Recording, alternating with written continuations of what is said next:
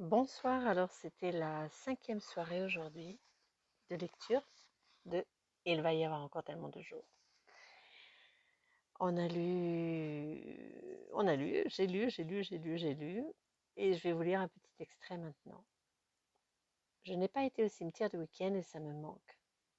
Demain j'y monte, trouver de la paix intérieure.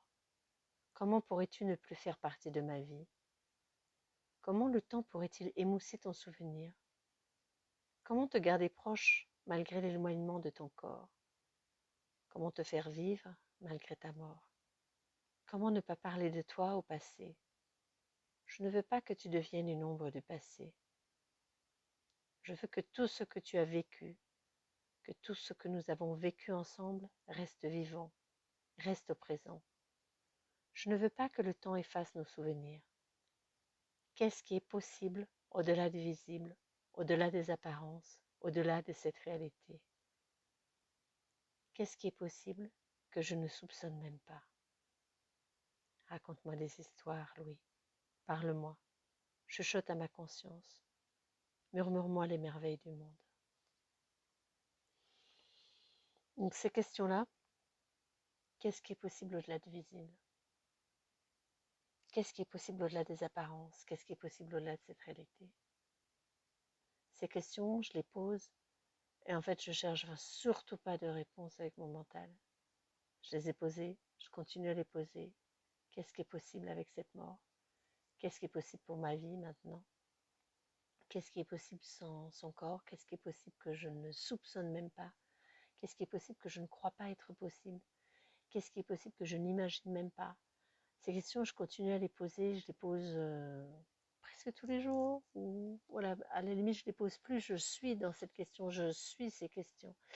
Je les pose et surtout, je mets pas mon mental en route pour essayer de trouver des réponses parce que mon mental n'en trouvera pas. Je les laisse infuser et je laisse la vie m'apporter des réponses. Et je vois les possibilités qui s'ouvrent. Moi, j'ai écrit ça au mois d'octobre. Eh bien, qu'est-ce qui est possible? C'est que voilà, j'ai publié qu'il y a des échanges qui se créent, qu'il y a des ouvertures qui se font, que maintenant je perçois les paroles de mon fils. Il y a plein de choses qui se sont ouvertes. Et c'est poser des questions sans attendre non plus de réponse, sans se dire ah oui, il y a peut-être ça qui est possible. Non, non, non, pas de réflexion. C'est pas quelque chose que je pose avec le mental ou avec le cognitif. C'est vraiment qu'est-ce qui est possible au-delà du visible, au-delà de ce que je peux voir avec mes yeux, au-delà de vraiment qu'est-ce qui est possible que je peux percevoir, que je peux ressentir, que je peux vivre. Et ça, c'est une question qu'on peut se poser, mais pour plein de choses en fait. Dans plein de situations où on a l'impression de rien voir, ou que ce qu'on voit, ça fonctionne pas forcément pour nous, ou même que ce qu'on voit, on trouve que c'est cool, mais on aurait envie de quelque chose d'encore mieux. Qu'est-ce qui est possible au-delà du visible? Qu'est-ce qui est possible vraiment au-delà de cette réalité, au-delà voilà, de peut-être des limitations que je crois solides. C'est vraiment aller se poser ces questions. Et moi, en l'occurrence, voilà, c'est des questions que j'ai appris à poser et que je continue à poser. Et c'est ça qui me permet d'avancer aujourd'hui. C'est ça qui fait que j'en suis là. Peut-être pas que ça, il y a plein de choses. En tout cas, ça contribue. Donc, si vous pouvez vous approprier ces questions, les poser à votre manière, les poser d'une manière vraiment ouverte, sans chercher de réponse, à tester.